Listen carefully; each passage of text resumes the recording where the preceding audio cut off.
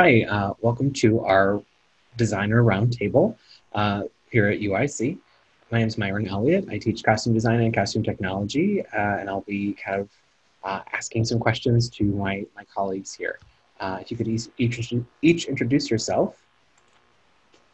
Hi, I'm Stephanie Cluggish. I also teach costume design and costume technology. I also run the costume shop, so I manage that.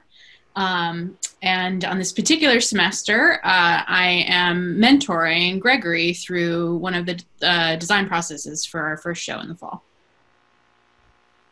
Hi, I'm Gregory Graham. I am a transfer student to UIC. This is my final semester. And actually for this semester, I was able to be the costume designer for our production, which ended up being called Reverb. Hi, I'm Collette Pollard. I'm a faculty member here at UIC with a specialty of scenic design. And this semester I'm teaching fundamentals of design for the theater and drafting for the theater. Excellent. And today we're just going to talk about kind of how we've approached producing theater in 2020 and what that means and how those decisions have come to fruition and where we are in those processes, which is a little bit will be different for each of the productions we're going to chat about. Stephanie, would you mind bringing us kind of a quick summation, maybe it won't be quick, of the process of the first production? Yes. So we originally had programmed David Ajmi's Marie Antoinette for the first show of the fall. And it became quickly apparent that that particular script is not well suited to Zoom or really to the digital landscape, just based on what happens in it. So that was set aside, and the director, who was happy to start embracing, the moment that we're in and start working through all of the stuff that was going on with the pandemic, decided we would create our own piece. And this was at first just a conversation with the design team about how to kind of pivot and rework and make some pieces that were about COVID-19. And then in July, with the murder of George Floyd, we pivoted again. And, Black Lives Matter became obviously a very big moment and a very big deal and something we really wanted to honor. So we brought in Lydia Diamond, who's a playwright and also on our faculty here at UIC, and several alumni, and they formed a writer's room and started just writing like mad. And we were able to select several pieces. I think we started out with maybe 12 or 13 and have perhaps winnowed a little bit, but have essentially made a series of short films based on these scripts that were written over the summer. And the input from the writers, from the actors, it's been really, really collaborative and really wonderful to watch everyone come together and make this happen in kind of a short timeline. So it's really, I think, such a great testament to our flexibility and our artistic practice here at UIC. And that's, you've completed filming for the moment? Yes, we wrapped on Sunday. Gregory was there, I was not. So this became, just a great kind of like, how fast can you come up with something really clever, really cool, and honor the things that the writers were trying to get at from a design standpoint. Excellent. And Collette knows a lot of this. She's been in the room for much of this, but kind of a space where we are with the second production. We did retain the original script, which is Love's Labour's Lost by William Shakespeare. And the big question became, how can we produce this? How best can we produce this?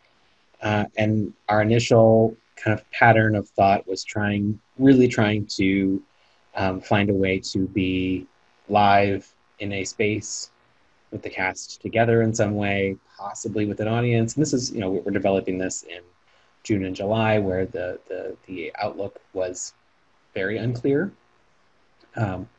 And the idea about when we might be able to return to spaces was very unclear, always with an intent to film this for more audiences, so we could accommodate things like students who need to come watch a show for their kind of intro to theater classes, but that we would maybe have an audience, a live audience in the room, and still have that experience with students interacting in a live way, both with each other and with an audience. And as we came closer and closer to the beginning of the school year, it became more and more evident that that was not going to be a viable option in a way that was both safe and I think artistically satisfying.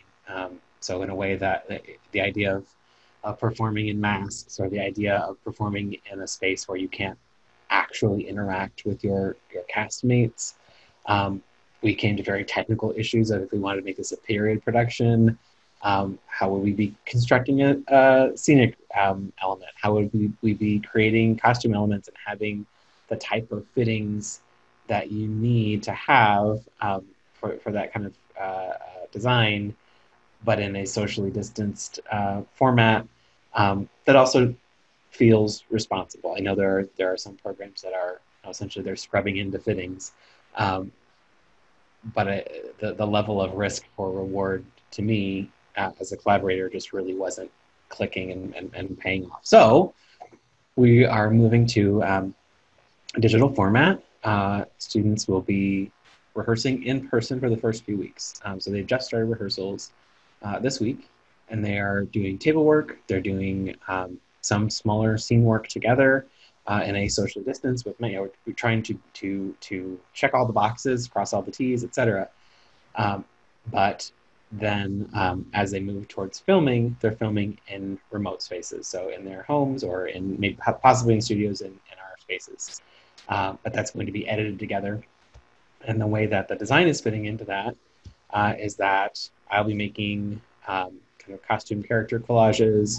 Elliott, our student scenic designer, will be making kind of scenic element collages. And our composer, our music composer, is also is creating this kind of atmospheric music that we can use to kind of set up scenes. Music will be underscoring some scenes.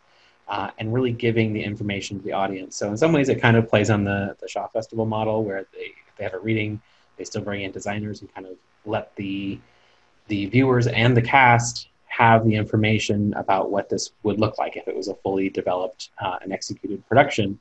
But we're kind of getting it to that point and packaging it nicely and putting it out in the world like that. And so there's going to be a little bit of imagination on the behalf of the viewers, it sounds like. But I'm excited about this. This feels both viable as an experience to our students, but also responsible and treating them in a respectful way, especially when it comes to health matters. So that's kind of where we're landed, and we've just started the kind of feet on the ground element now. So this will all be pulling together here in the next several weeks. So it's an exciting place to start.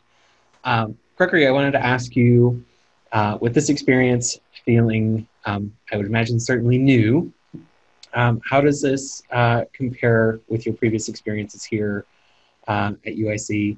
I know you haven't been in the full kind of costume designer helm mode yet, but you've certainly been active on a lot of our productions. I have. So the biggest thing was, for me, there was an issue I was mildly terrified, just because it was my first time really being in the driver's seat of this. So it wasn't just me assisting or me, like rummaging for things for other people. It was actually like, this was my decision, my job. So there was just that, bigger than anything. But because I was working with Stephanie, and so she had my back the entire time, and there was no concern of like, oh no, if this goes wrong. It was like, no, we can figure it out, we can talk it through. But I would say the biggest difference though was, like, we keep talking about, the collaboration, the imagination that involves in making this stuff. Like for me, even on the costume side of things, because of just the general nature of the show, so much of the costume had to come from the actor's own closet. And so instead of us being able to just say, okay, I've imagined this, wonderful ruffled dress that must be made or purchased or whatever, it's more of like, hey, actor, go in your closet. What do you have that fits these world?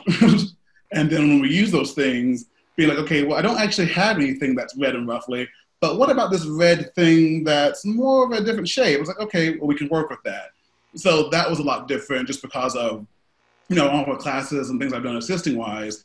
It's very much of like, think of whatever it is that you want and either you can buy it or you can make it. This was more of like, okay, well, you can have your vision, but be flexible with that. Don't get precious about it, which also then made it a much more of a deeper experience working with the actor, because every little scene, like they felt like they actually owned some of it versus having to put on this thing and become something. It's like, no. They had a voice in the making of it as well. So that's really interesting for me. Excellent. Collette, I was going to see if you could talk to, I know you're kind of in both worlds right now. If you see any differences between the approaches or the goals of the projects, how do they feel different? Very different. Reverb, which is the first project that Stephanie was referring to, the writer's room and responding to the time. I mean, in some ways, it's all generating material in response to the world around the writers. And so it's incredibly contemporary, present moment and future moment. There's this feeling of it exploring topics that aren't even necessarily explored when it comes to, material. So that is incredibly different, just the nature of the time in which something is made. And obviously with Shakespeare's Love, Labour's Lost, this question around how to present this material in this time, but it still is anchored in the fact that it's written from the Shakespearean time and has has previous productions and ideas around it. So the question of why now on that production was discussed a lot in terms of Love, Labour's Lost, but the question of the how-to was more in Reverb. Like, how do we do this? How do we do this? Versus, okay, we understand it from a dramaturgical background, and not how-to was still a question, but why and how. The why was sort of answered in the writer's room because they were just very, very clear about the intentions of the work. So they're quite different, and their presentation, I think, is going to be quite different. In the end, they might feel more similar than we imagine, but one being interfaced, a website that we interface with for Reverb versus sort of what does it mean to record, preserve as much as we can about the process so our students have that experience, and then record it and edit it and put it into the world. One feels a little less familiar than the other, but we're still quite in unfamiliar territory in terms of executing either. So that is the similarity, right? How to tell a story today in this time when we can't be together has definitely been the theme throughout. Totally. And this is really for everybody, but I was going to see if Stephanie, if you could kick us off. I wanted to chat about how your role as a collaborator has shifted with this kind of different form of presentation, and what's pushed off of your plate and what's been added in ways. That's how I feel, but I don't know what your experience has been. Yeah, well, I mean, we're really restricted in how many people can come to campus, and the kind of help that I usually have from students about making the shows is just not there right now, which is for everybody's benefit. I think it's much safer that way. But we had to get, kind of creative about the choices of what did we want to commit to fabricating. We ended up, doing a pretty great dye project for one of the short films that just really made the whole thing, I think, visually come together. So a lot of it was, I want to say affectionately, triage of what can we accomplish, what can we do in the time that we have with the resources that we have, and that does include people and not just money. But I think one of the things that got shifted off our plate in a way that I'm always still a little sad about is just the collaboration process, the design process amongst all the designers and the directors really having a clear vision. And that, again, was really just time-based more than anything. So, that's something I'll be glad to have back when we're done with this pandemic. Yeah. Gregory, how do you have anything to throw in there? I mean, that was very similar, the design process. Because of, even as a student, we're always taught, you have your process, you have your time, you go through the steps. Because of this, we had so little of the time. It was like, well, yes, in an ideal world, we would have months of being able to discuss, and we could have renderings, and we'd have fittings. Now I was like, no, no, no. We have an idea. Let's move with this idea. Let's work with it. Open up that closet. We have Amazon. Idea, Amazon, done. But it was also, some of it was kind of exciting too, because of, there's a whole thing of like, you can't be precious about it. So you can't sit and like stew on it. You have to make a decision, feel confident about it. And then if you don't, you have to at least pretend you do, and then like work at it, work with it as you get there. Sure. Collette, what have you been finding? Yeah, the collaboration is so different, and yet so personally, I'm really enjoying it, because the role, something I enjoy doing as a designer is storytelling beyond just what is the architecture of the space or what are we building.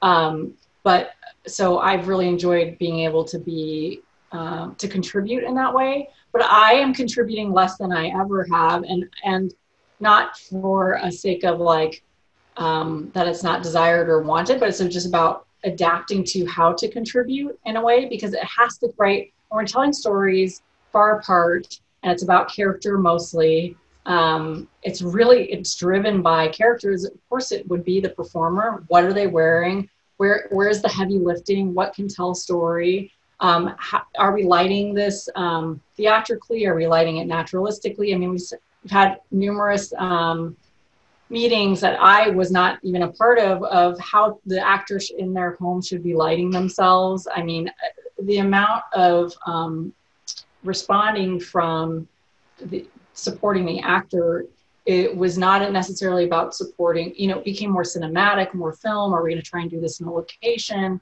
Do we want to try and arrange this stuff in the room? But honestly, like I had to turn on skills that I don't as heavily lean on, creating graphics. Where can I be helpful to the team, right? So it kind of got me back into the graphic world. I made a model for a piece, which was super fun and felt theatrical and delightful to make something in scale. And really storytelling. My collaborators have been really kind with me in asking questions about what they're making, just because that's where our focus has had to be. Awesome. Yeah. And sound too, sound telling story, right? I mean, that's been a huge component, and it's always a huge component, but it's doing the heavy lifting in these forums.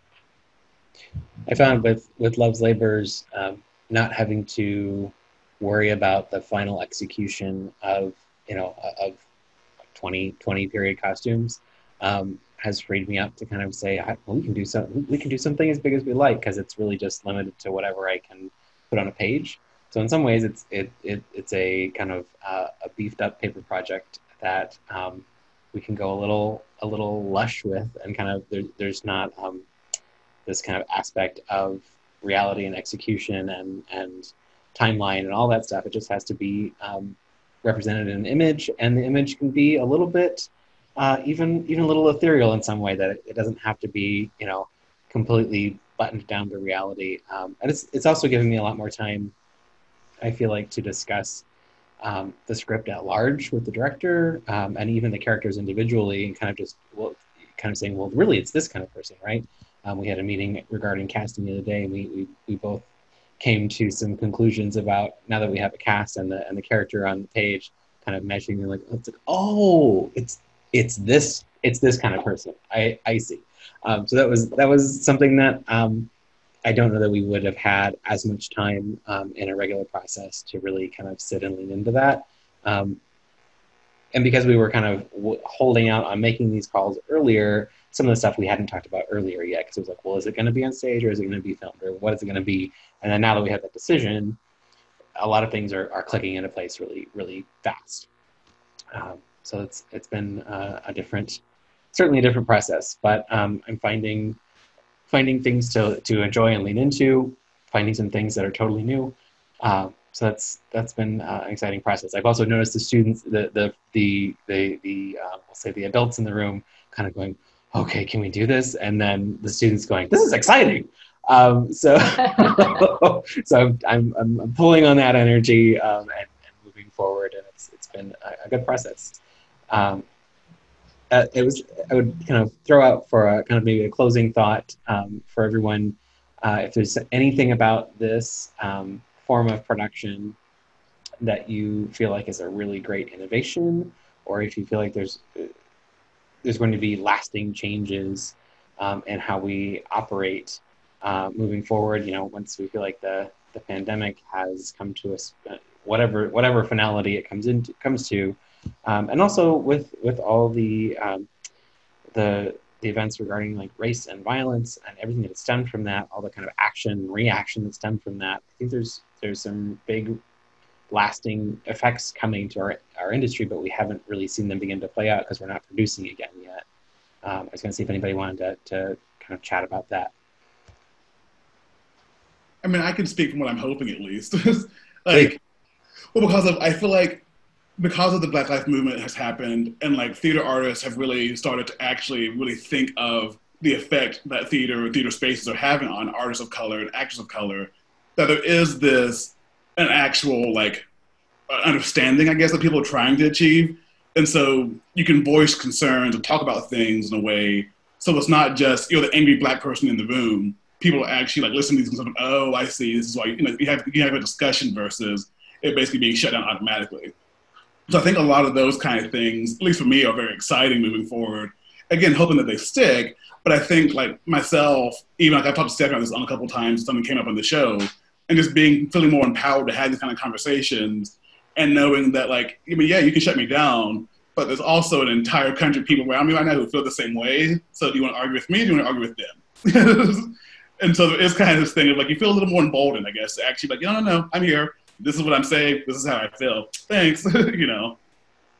Yeah, I think just to add to that, something that I found really invigorating about this whole process was sort of the breakdown of the normal hierarchy of who gets to make decisions. And I felt like for as rushed as some of it was, anyone in a meeting had equal voice to talk about decisions that were being made, whether they were artistic or just execution of how it's getting done. And all of my favorite design processes from this prior to this time have felt that way, where everybody's an equal voice in the room, and we're looking to the director to guide us, but the director is part of this really amazing give and take. And so I hope that, this is invigorating for everybody, because I think it just makes better art.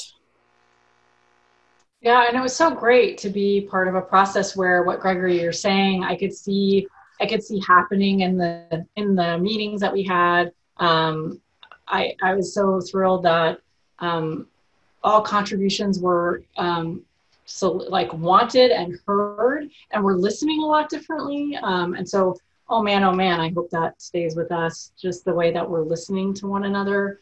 And even in the form, it's a hard form. You can't talk over each other in Zoom so easily. And it creates a different kind of listening, which I think is really wonderful. And that's just technology. I mean, there are so many things that I have encountered that I've not known that are going to, I know I would carry forward into being back in person. The fact that we can meet from anywhere in the world and be at least this in person is just going to change, I think, how things are made across the country and internationally. So something is, tangible that everyone's going through Zoom, to things that are like a new app that allow communication on the sideline, so everything streams through that app and not your email. And there's so many kind of lovely little technology nuggets that I hope we can continue to learn and share and see how we can apply moving forward. I'm really excited about where educational theater is kind of poised in this whole kind of shift that's happening. I think we were in a really awkward position previously, that if there's anything about, we were training our students for a professional landscape, and there are things about the professional landscape that were not perfect, that were far from perfect, but in order to educate them, we had to teach them the way of the world. And we always deferred to kind of this idea, well, that's professional practice. Even if that stinks, that's professional practice. And I think we have a little more agency now to be able to look towards professional practice in a more critical way.